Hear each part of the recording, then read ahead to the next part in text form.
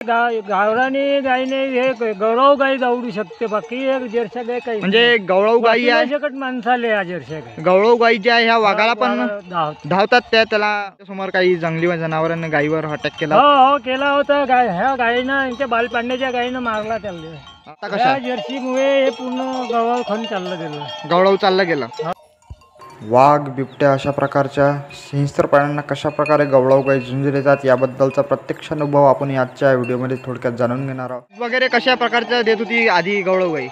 गवळ 2-3 litre ते काढत होते ना. हां हां हां तर त्याला मोठा घास पाहिजे होता. हां हां तर या सर्व जे जर्सी आहे त्याच्यामुळे हे खाण गवळ मिटलं. हां हां मिटण्यात आलं, नाही तर गवळ होतं.